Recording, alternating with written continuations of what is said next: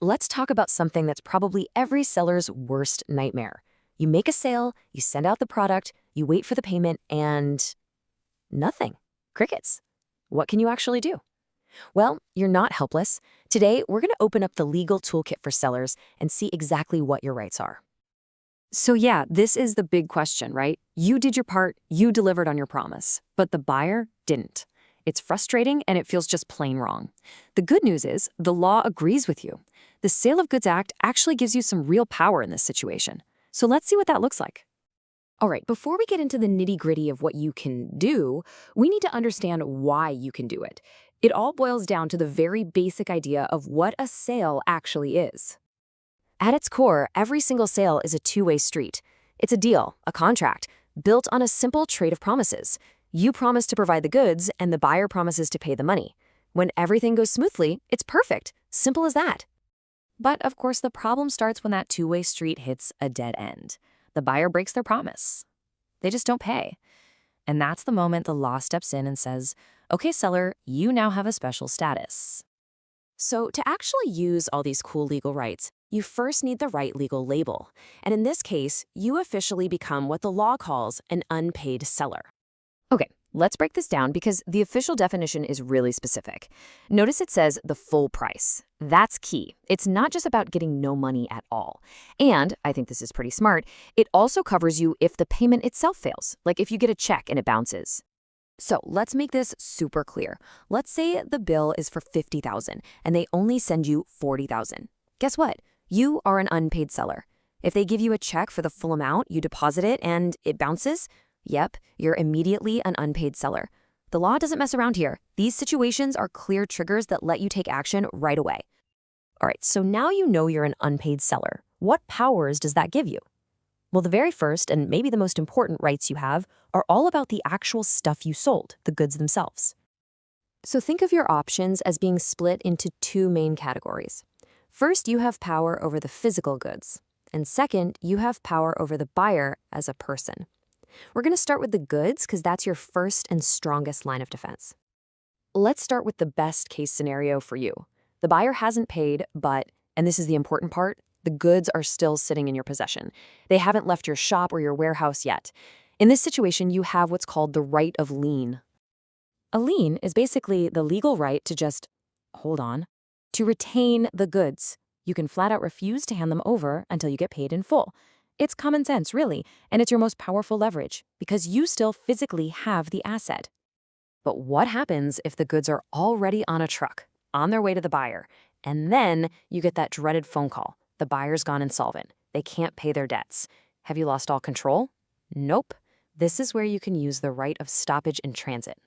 You can think of this as your legal emergency brake.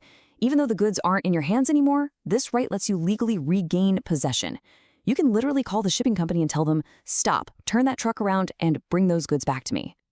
So this chart makes the difference really clear. The right of lien is about keeping what you already have, and it's triggered by any non-payment.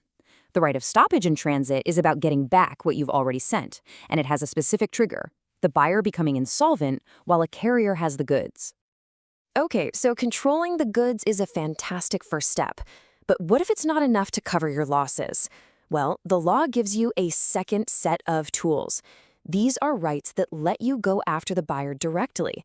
Let's see how you can take the fight to them. We're now moving over to that other branch on our legal map. We're done talking about the goods for a minute. Now it's all about what you can do to the buyer personally to get what you're owed. Okay, this one is huge, the right of resale. After you've used your right to hold onto the goods or get them back, you're not just stuck with them. You can sell them to someone else. And look at this. If you sell for less, you can sue the first buyer for the difference. And if you do it right by giving them notice and you end up selling it for more, you actually get to keep the profit. How great is that? But what if reselling just isn't an option, or it still doesn't make you whole? Well, this is where you can bring out the big guns and turn to the legal system. You have a whole arsenal of ways you can sue the buyer. The most straightforward lawsuit is simply suing for the price. This is where you go to court and say, Your Honor, we had a contract for this amount, just make them pay me what we agreed on. Plain and simple. Now, what if the buyer doesn't just refuse to pay, but they refuse to even take the goods off your hands? In that case, you can sue them for damages.